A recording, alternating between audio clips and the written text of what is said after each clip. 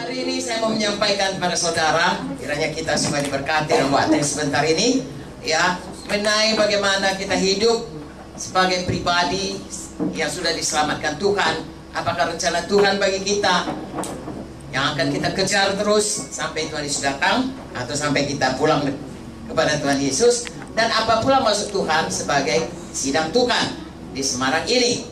Saudaraku, tentunya kalau secara badani kita tahu, dulu waktu kecil saudaraku, saya kepingin jadi dokter. Saya berlari terus sampai saya mesti jadi dokter.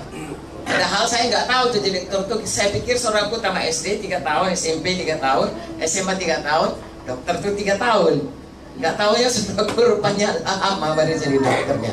Tapi bagaimanapun saya menetapkan hati untuk sampai menjadi dokter. Nah, itu secara badani. Secara rohani ada hidup yang kekal. Ya, kita mulai selamat, ada rencana Tuhan dalam hidup kita. Sebenarnya kalau kita selamat, begitu kita sudah terima Yesus, ya seperti tadi malam kita KKR, saudaraku, puji Tuhan, saudara sangat berkemenangan tadi malam. Luar biasa, ya, kami sangat diberkati, jiwa-jiwa diberkati, semua kita diberkati. Jadi kalau jiwa-jiwa itu sudah selamat, terima Yesus, dia sudah lahir baru. Saudaraku, artinya dia sudah memiliki surga yang kekal. Amin. Jadi kalau misalnya waktu dikatakan Tuhan Yesus, ya, mereka menerima Yesus, saya terima Yesus. Sebenarnya kalau mati di situ udah ke surganya dia. Amin. Tapi kenapa dia tidak langsung mati? Tuhan bisa juga membuat si orang selamat mati. Pokoknya sudah ada rumah di surga. Mengapa tidak langsung mati, tapi kita masih hidup terus? Dan bahkan sepanjang hidup kita, sesudah pun kita selamat, masih ada perjuangan. Kenapa Tuhan berikan? Karena ada maksud Tuhan bagi kita.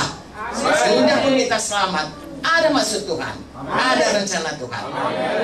Dengan singkat saya katakan, dulu manusia ini diciptakan Tuhan segambar dengan dia. Ya, Kejadian 1. Marilah kita baca, saudaraku. Saya harus mulai dari sini supaya jelas kepada kita mengapa sesudah kita lahir baru kita mengejar apa yang disuruh Tuhan kepada kita sebagai anak-anak Tuhan. Saudaraku, pada waktu Tuhan menciptakan kita, Tuhan ciptakan dulu dunia ini dengan segala isinya, semua sudah baik. Hari terakhir dia ciptakan manusia. Amin. Kejadian 1:26, berfirmanlah Allah, baiklah kita menjadikan manusia menurut gambar dan rupa kita, supaya mereka berkuasa atas ikan-ikan di laut, burung-burung di udara, ternak seluruh bumi, atas seluruh bumi, atas semua binatang melata yang merayap di bumi. Maka Allah menciptakan manusia itu menurut gambarnya, menurut gambar Allah diciptakannya. Dia laki-laki dan perempuan diciptakannya mereka. Allah memberkati mereka, lalu Allah berfirman pada mereka, beranak cuculah, bertambah banyak, penuhi bumi, taklukkanlah itu, berkuasalah atas ikan-ikan di laut, burung-burung di udara, segala binatang merayap di bumi. Jadi kita, manusia pertama diciptakan berkuasa di bumi, segambar dengan Tuhan, berkuasa di bumi dan beranak cucu, memenuhi bumi. Itulah rencana Tuhan. Tapi kita melihat Tuhan yang menempatkan Adam dan Hawa di Taman Eden, supaya itu dikerjakan oleh Adam dan Hawa di Taman Eden, gagal. Karena Adam dan Hawa berdosa, diusir dari Taman Eden. Lalu kemudian manusia jatuh kepada dosa, bahkan bertambah hari bertambah jahat, saudaraku. Tapi Tuhan sudah menubuatkan nanti akan datang penebus. Amen. Yang menebus manusia ini dari dosanya. Setan, saudaraku, ya, berhasil saudaraku membuat Yesus disalib. Tetapi oleh karena dia menyalibkan Yesus, kita semua diampuni, kita semua selamat. Itulah dinubuatkan Tuhan, dan itu jadi sesudah sekian tahun. Mengapa sesudah demikian, sesudah kita dibebaskan daripada hukuman dosa, lalu kemudian kita diselamatkan Tuhan Yesus, Tuhan masih menaruh kita di sini karena Tuhan mau memulihkan kembali manusia ini supaya kita berubah hari pas hari menjadi seperti Yesus, supaya kita kembali berkuasa. Sebabnya kita mengusir setan dalam nama Yesus, setan mesti pergi. Kalau dulu saudaraku sebelum selamat kita tidak bisa mengusir setan. Ya, kita tidak bisa berdoa dalam nama Yesus, tidak ada kuasanya. Sesudah kita selamat, Tuhan pulihkan kuasa itu. Dan kemudian saudaraku, untuk itulah saya dan saudara ada di dunia ini. Mengapa?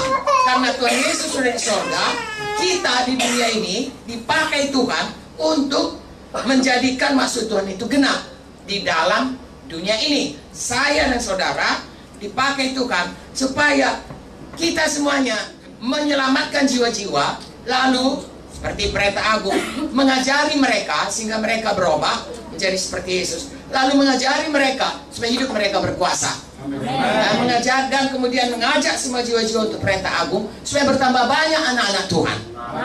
Jadi saudara lihat rencana Tuhan itu, itulah yang harus kita genapi dalam hidup kita sebagai pribadi dan sebagai kesatuan di dalam gereja lokal. Amin. Karena Tuhan walaupun dia di sorga, dia mengatakan kita ini ada banyak perumpamaan Tuhan. Gerejanya dikatakannya sebagai tubuh Kristus, sebagai keluarga Allah, sebagai bait Allah. Haleluya. Kalau ditinjau dari tubuh Kristus, berarti begitu kita selamat, saya dan saudara dimasukkan dari bahagian tubuh. Amin. Saya menerangkan kepada saudara, ya, sebagai dalam bidang kesehatan kami, Pak Widodo juga, ya, kalau namanya tubuh, tidak ada tubuh ini yang tidak berfungsi. Mulai dari rambut sampai ke telapak kaki. Saudaraku, rambut ini, kalau saudara lihat ini, saudaraku saya, rambut saya, ya, sebentar nanti bisa disasa, ya, sebentar nanti bisa di rebonding apa segala macam. Sepertinya adalah supaya kita cantik, sebenarnya bukan. Maksud yang utama daripada rambut adalah sebagai bantalan.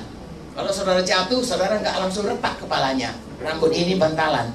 Ya, begitulah Tuhan baiknya. Haleluya. Ini alis saya ini kayaknya ya bisa ditaruh cantik, bisa melengkung supaya saya lebih cantik. Tapi sebenarnya ini adalah penahan peluh. Ini ada AC-nya ya.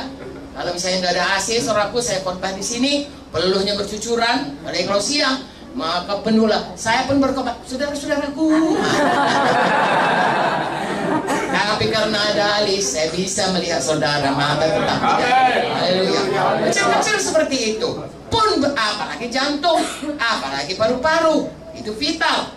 Kalau tidak ada dia, dison maradian kata orang Batak. Artinya mati. Tetapi saudaraku, Tuhan menempatkan kita, kalau saudara baca dalam 1 Korintus 12, semua kita ini penting. Dan semua kita punya fungsi. Ada.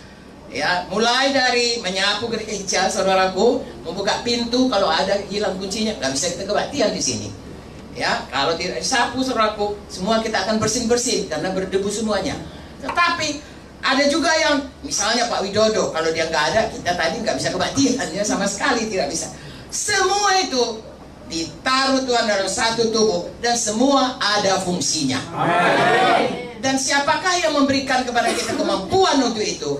Begitu kita lahir baru, ada Roh Kudus dalam kita. Roh Kudus akan memberikan kepada kita masing-masing kemampuan, karunia-Nya, supaya setiap kita, seperti kalau tangan saya bisa bergerak, bisa memegang, kalau kaki saya bisa jalan, kalau mulut saya bisa bicara, kalau mata saya bisa melihat. Begitu juga kita.